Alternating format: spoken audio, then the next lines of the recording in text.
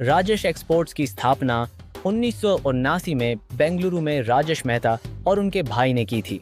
अगले कुछ दशकों में यह कंपनी एक वर्टिकली इंटीग्रेटेड गोल्ड बिजनेस बन गई, जो 12 देशों में काम करती थी, रॉ मटेरियल्स प्रोसेसिंग से लेकर रिटेल ज्वेलरी तक। 2013 में directorate of revenue intelligence (DRI) ने राजेश एक्सपोर्ट्स की जांच शुरू की। DRI ने आरोप लगाया कि कंपनी ने Cochin special economic zone (CSEZ) में इंपोर्ट किए गए सोने का एक बड़ा हिस्सा डोमेस्टिक गोल्ड मार्केट में अवैध रूप से डाइवर्ट किया।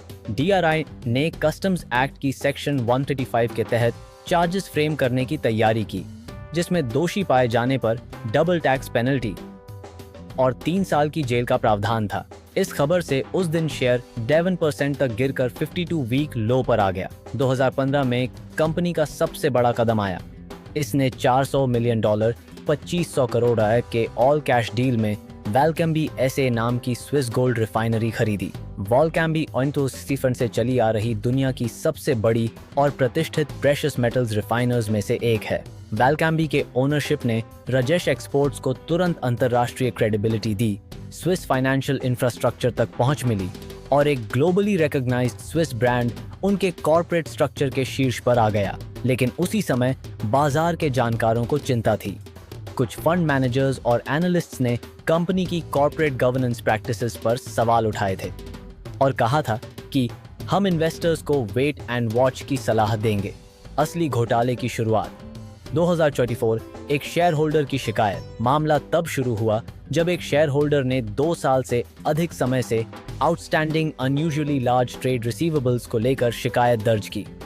जो एक रिसीवेबल्स की साधारण जांच थी, वह धीरे धीरे रेवेन्यू रिकॉग्निशन और फाइनेंशियल रिपोर्टिंग प्रैक्टिसेस की बहुत बड़ी जांच में बदल गई। सेबी की जांच में क्या मिला? सेबी ने जब जांच की तो राजेश एक्सपोर्ट्स का पूरा फाइनेंशियल स्ट्रक्चर सामने आया।